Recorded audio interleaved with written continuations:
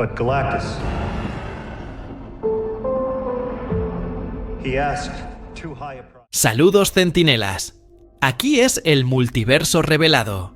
Y hoy, la verdad sale a la luz. ¿Has experimentado ese momento extraño en el que todo el mundo empieza a elogiar una película y justo por eso empiezas a desconfiar? Eso fue exactamente lo que sucedió con Cuatro Fantásticos, Primeros Pasos. Las primeras reacciones parecían tan positivas, tan ensayadas, que daban la sensación de déjà vu.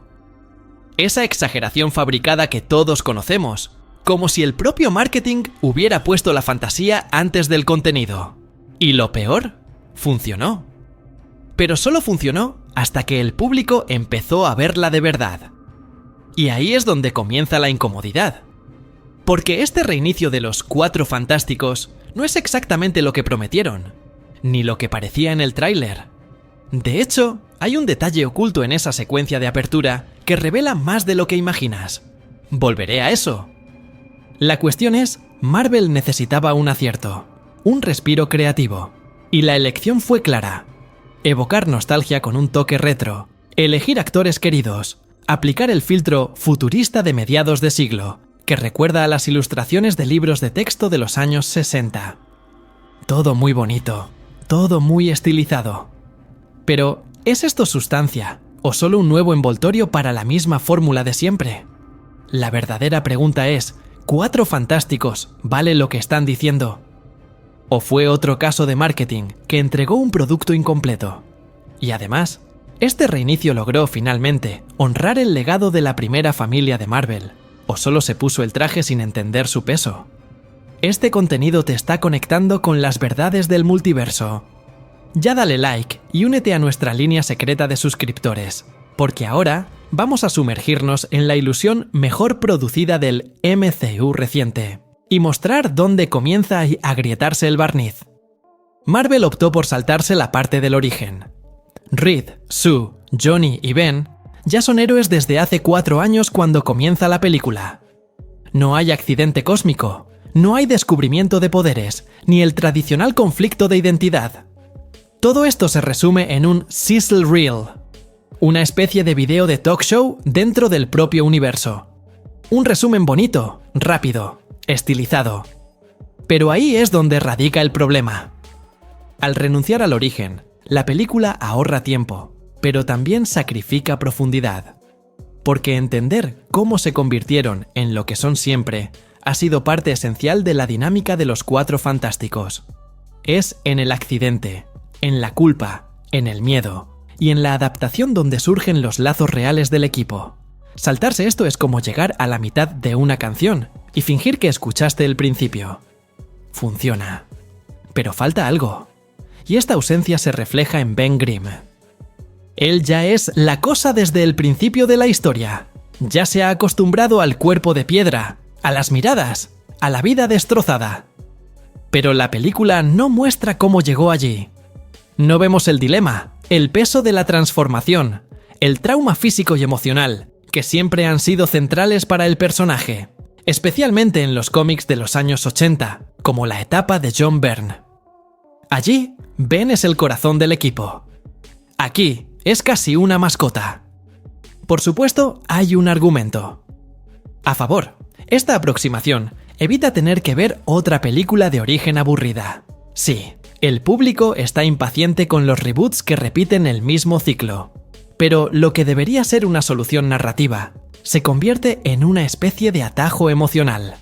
Porque cuando no ves la caída, la ascensión no tiene el mismo impacto. Lo curioso es que, incluso con este atajo, la película se permite dejar varias tramas sin resolver. Algunas relaciones son insinuadas, pero no desarrolladas. Algunos conflictos son mencionados y rápidamente ignorados. Y esto refuerza una sensación constante de que la película está más interesada en parecer moderna que en construir algo sólido. Marvel tomó una decisión arriesgada: convertir a Pedro Pascal en Reed Richards. Y sí, ofrece una actuación sólida, con peso emocional, postura de líder y esa mirada cansada de quien lleva el mundo sobre sus hombros. Pero hay una línea muy delgada entre interpretar un personaje y simplemente ser una marca ambulante. Y en el caso de Pedro, esa línea comienza a difuminarse peligrosamente, porque Pedro Pascal se ha convertido en un subgénero. Literalmente. Desde Joel en The Last of Us, pasando por El Mandaloriano y otros papeles con variaciones del mismo arquetipo. El hombre curtido, silencioso, que protege a quienes ama pero oculta el dolor. ¿Funciona? Sí, funciona. Pero Reed Richards es más que eso. No es solo un hombre de familia, es uno de los mayores genios del universo Marvel. Y necesita parecerlo, necesita sonar como tal. Y aquí está el punto incómodo. La apariencia de Pascal nunca desaparece. El vigo, el tono de voz, los gestos, todo sigue gritando. Pedro Pascal. En ningún momento desaparece en el personaje. Es como si Reed estuviera adaptado a Pedro, no al revés. El público no ve al señor fantástico. Ve al actor interpretando otra versión de sí mismo. Y esto, en el cine de superhéroes, donde el mito importa tanto como la emoción, tiene un costo. El contraste es aún más evidente cuando miramos versiones anteriores. Ioan Gruffudd, en las películas de los años 2000, puede que no haya sido un éxito de taquilla, pero encarnaba la intelectualidad fría y la arrogancia velada de Reed Richards, el clásico de los cómics. El Reed de Pedro, por otro lado, parece más un Joel con poderes cósmicos. Y este desplazamiento genera ruido, especialmente para aquellos que conocen al personaje original. La química con Vanessa Kirby, como Sue Storm, sostiene gran parte de las escenas. Los dos funcionan como una pareja en crisis, enfrentando un apocalipsis cósmico, lo cual es un mérito, sí. Pero incluso en esas interacciones, es Pedro quien domina la pantalla. El primero entre iguales del equipo nunca parece amenazado o desafiado de verdad. Y esto resta fuerza a una dinámica esencial en los cómics: el conflicto entre genio y empatía, entre razón y emoción, entre Reed y Sue. Galactus nunca fue fácil de adaptar. Un ser que devora planetas, habla con voz de trueno y se impone como una fuerza de la naturaleza exige mucho más que CGI y una voz grave. Necesita intimidar sin convertirse en una broma. Necesita ser mítico sin parecer caricaturesco. Y esta vez... sorpré. Inesperadamente funcionó. La primera aparición de Galactus en la película tiene un impacto. No por exceso de efectos, sino por la construcción visual y sonora. El uso del tamaño, de la escala y principalmente el brillo en los ojos, casi estático, pero cargado de amenaza, crea una sensación que el público del MCU no había sentido en mucho tiempo: miedo legítimo. Y esto es mérito de la dirección de Matt Shakman, y principalmente de la voz de Ralph Ineson, que entrega un tono grave, casi litúrgico, recordando versiones más sombrías de divinidades cósmicas, como las vistas en Eternos o Guardians of the Galaxy. Pero lo más impresionante es que la película no convierte a Galactus en una metáfora política, ni intenta humanizarlo demasiado. Él sigue siendo lo que siempre fue en los cómics: una entidad impersonal, despiadada, más allá del bien y del mal. Un eco directo de las etapas de Jack Kirby, donde Galactus no era solo un villano, sino la representación de algo mayor: desequilibrio cósmico, hambre inevitable, un apocalipsis que no se negocia. Y la película acierta justamente al no intentar explicar demasiado. Galactus aparece, Galactus amenaza, y eso es suficiente. La escena en la que él observa la Tierra, en silencio, solo con los ojos brillando en el vacío, es una de las más impactantes visualmente en el MCU reciente. Porque, a diferencia de villanos recientes como Kang, que hablan mucho y cumplen poco, Galactus impone presencia. Y impone consecuencias. Él no necesita convencer. Él simplemente existe. Aún así, hay una elección visual que muchos fans no notaron. Una diferencia sutil.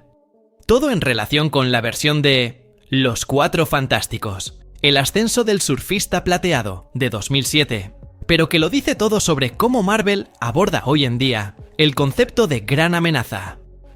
La diferencia no está en el tamaño, está en el sonido. Incluso antes del estreno, la promoción ya intentaba reescribir la película. Entrevistas con el elenco y los productores afirmaban que Sue Storm sería la líder del grupo, que el comportamiento clásico de Johnny Storm sería repensado y que el surfista plateado tendría una nueva versión más impactante. En papel parecía una revolución. En pantalla no fue así. Sue Storm, interpretada por Vanessa Kirby, tiene presencia. Ella participa, debate, se emociona y actúa con determinación, pero en ningún momento lidera. Las decisiones estratégicas, los discursos públicos, las fórmulas guardadas en el pizarrón, todo gira en torno a Reed. Él sigue en el centro, como cerebro, como voz, como figura de mando. Y eso no sería un problema si el marketing no hubiera vendido exactamente lo contrario. El caso se repite con Johnny. Joseph Quinn dio entrevistas diciendo que el personaje ya no sería el mujeriego impulsivo, casi una caricatura de los años 2000, pero el guión no lo sostiene. Johnny sigue siendo irreverente, impulsivo, hace comentarios sugestivos y actúa con el mismo instinto inconsecuente. La diferencia es que ahora tiene menos espacio. Y por eso, su evolución parece más una falta de oportunidad que una elección real de guión. El caso del surfista plateado es aún más emblemático. Salla Bal, una versión ya existente en los cómics, fue utilizada como sustituta de Norrin Radd. El cambio podría abrir espacio para nuevas capas, nuevos dilemas, nuevas perspectivas. Pero la sensación que queda es que ella está allí para cumplir una cuota simbólica. Más un ajuste pensado para causar reacción en las redes, no emoción en la trama. Y aunque el personaje tiene un momento emocional fuerte, este viene y va demasiado rápido, como si la película temiera comprometerse con lo que insinuó. Este tipo de desconexión entre marketing y narrativa se ha convertido en un estándar reciente en Hollywood. Se vende una idea en las entrevistas y en los avances, y la película entrega otra. No por malicia, sino por cálculo. Porque vivimos en la era de la percepción de inclusión, donde se dice mucho más de lo que se hace, y el público geek ya ha comenzado a notar. Pero hay un detalle curioso en la frase de Johnny Storm, una frase suelta, casi arrojada, que pone de manifiesto este abismo entre intención y ejecución, y que tal vez explique por qué el reinicio aún no ha acertado completamente el tono. 4 fantásticos, primeros pasos. No es un desastre, está muy lejos de serlo. Pero tampoco es la revolución prometida. Funciona como entretenimiento, presenta visuales consistentes, tiene momentos de emoción e incluso algunos destellos de originalidad. Y sobre todo, hace algo que muchas películas de la fase 5 del MCU han fallado en hacer. Crea una historia que no depende de 1000 conexiones externas para existir. Es una película que respira por sí sola. Y eso, hoy en día, ya es medio camino andado. La estética retrofutu, inspirada en una visión de los años 50 sobre el futuro, la estética del filme le otorga una identidad visual única. No hay teléfonos celulares, pantallas táctiles ni hologramas al estilo Stark. Todo es más analógico, más mecánico, más simbólico. Y esto refuerza la idea de que este universo es paralelo, aislado de lo que conocemos como MCU. Es una jugada de reinicio suave disfrazada, y funciona. Al menos visualmente. Pero detrás de la dirección segura, el elenco carismático y la evocadora banda sonora, todavía hay un ruido estructural. Las tramas van demasiado rápido, los arcos emocionales comienzan y no se concluyen, y el tercer acto, cuando debería expandir el alcance, en realidad parece acortado. Como si la película tuviera prisa por terminar, incluso con tanto potencial aún sin explorar. El resultado es una obra que comienza prometedora y termina abruptamente. Y aún así, hay algo innegable aquí. La película tiene alma. No porque siempre acierte, sino porque lo intenta. Y en una fase del MCU marcada por producciones que parecen ensambladas por algoritmos, eso ya es una diferencia. Reed, Sue, Johnny y Ben pueden no estar en su mejor versión, pero por primera vez en mucho tiempo parecen una familia. Un equipo con fallas, sí, pero con propósito. Y con una amenaza que realmente importa. La pregunta que queda es, ¿Será suficiente esto?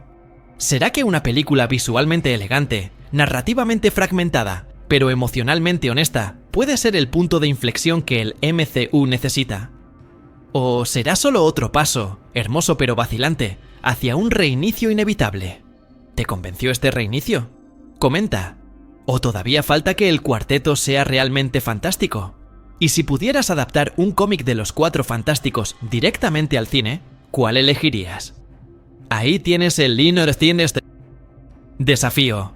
En el próximo video vamos a sumergirnos en las escenas postcréditos y revelar por qué esa última escena podría ser el desencadenante para la llegada de Victor Von Doom. No te lo querrás perder.